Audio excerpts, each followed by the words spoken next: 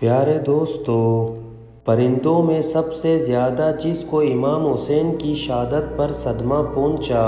وہ پرندہ الو ہے۔ امام علیہ رضا فرماتے ہیں کہ یہ پرندہ حضرت صلی اللہ علیہ وسلم کے زمانے میں گھروں اور محلوں میں رہتا تھا، اور جب کوئی انسان کچھ کہہ رہا ہوتا تو یہ اس کے سامنے آ کر بیٹھ جاتا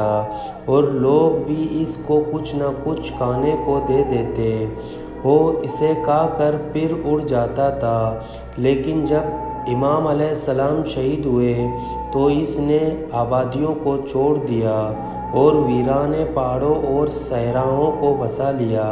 اور کہنے لگا تم بدترین قوم ہو کیونکہ تم نے اپنے نبی کے فرزند کو شہید کر دیا، مجھے اب تم پر بھروسہ نہیں ہے۔ اور حضرت امام صادق علیہ السلام فرماتے ہیں کہ الو پورے دن روزہ رکھتا ہے اور رات آنے پر خدا کے رزق سے افطار کرتا ہے۔